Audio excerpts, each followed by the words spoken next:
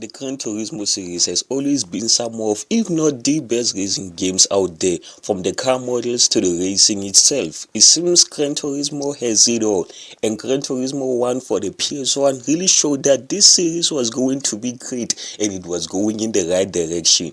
I'm Sir Elixir, and let's speak about Gran Turismo 1 and why I think it is one, if not the best racing game out there. I'm not gonna get into the story of how this game was developed because a lot of YouTubers have covered it, and this game was developed back in the day, so you gotta know that there are a lot of videos out there that speak about how this game was developed, okay?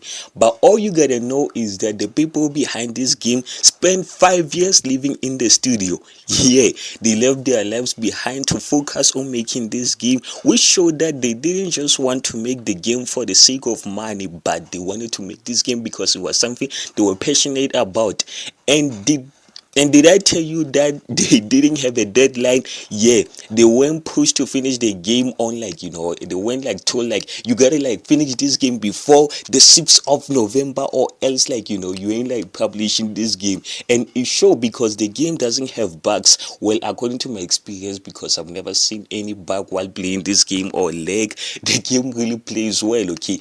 Unlike Gran Turismo 2, which had a lot of bugs because they had a deadline on that game. Oh no, why? But this really showed that the people behind this game were really passionate about this game because they spent their lives in the studio. They woke up in the studio, slept in the studio, and everybody had their own purpose in the studio. There was one guy working at the sound, another working at the models and stuff like that, okay, which really showed that they were passionate about this game. And I heard that they sometimes had to move around the world to try and see those car models that they implemented in the game, to see how those cars look and how they sound, okay? Which if you play this game, you could hear these cars really sound like original cars.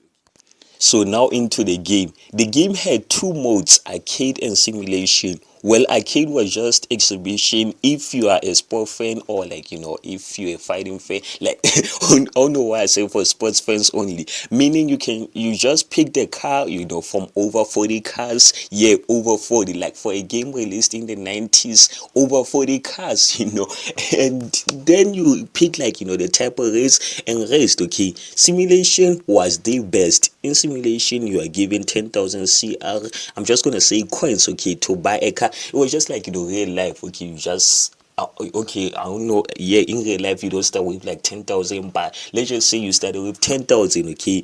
And because this game is a racing game, you have to buy a car, and because they show that this game was kind of realistic, because if you have 10,000, if you go to the car dealerships in this game, like Nissan, Mitsubishi, and stuff like that, they're new cars or special cars, and then used cars, second-hand cars, which are the ones you go into start buying when you start the simulation, because the new or special cars are really, really expensive.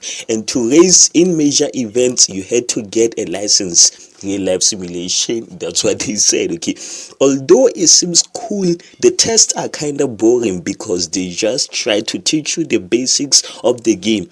I guess back then, there weren't games like this, so this was a tutorial for those who started the game. But most people who will be playing or who play this game, I'm pretty sure they started with arcade first, okay, to learn the game. So having to start with arcade and then going to simulation and having to get a license and doing the same things that you already know is really, really kind of boring, okay. But having acquired a license, you can now race in major or minor events, which if you win, you gain money to buy more cars or upgrade your car. And what I love about this events is that before you start an event, okay, just if you start this game, okay, spoilers, after getting a car, you gotta go to this sports car thing, I really forgot it, and after you started, before you start the race with other people, you gotta go to the qualifying route, which I really love, because it kind of gives you an idea on how the track is okay. So you going into the race after qualifying, you now know, okay, after getting this point, there's gonna be a corner which I have to jump like this to get a higher speed, okay, which is something that I saw that was really, really cool, and it really showed that this game was really kind of good. And right now I'm just gonna be showing you a gameplay, of me playing this game to just show you how this game was, like it was really a good game to just like to show you like how good this game was. Let me just show you a little gameplay of the arcade mode. I know I just showed you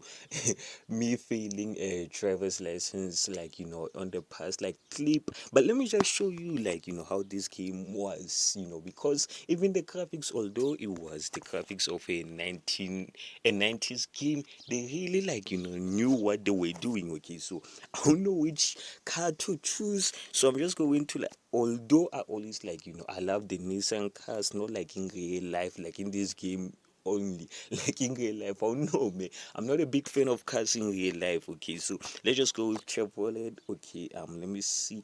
I want a car that has a great speed, acceleration, and handling. Okay, and as you can see, as for Chevrolet cars, they don't have great handling. Okay, which is something really bad because or when I like drift around corners, it is going to be a problem. Okay, but I'll be back after finding a great.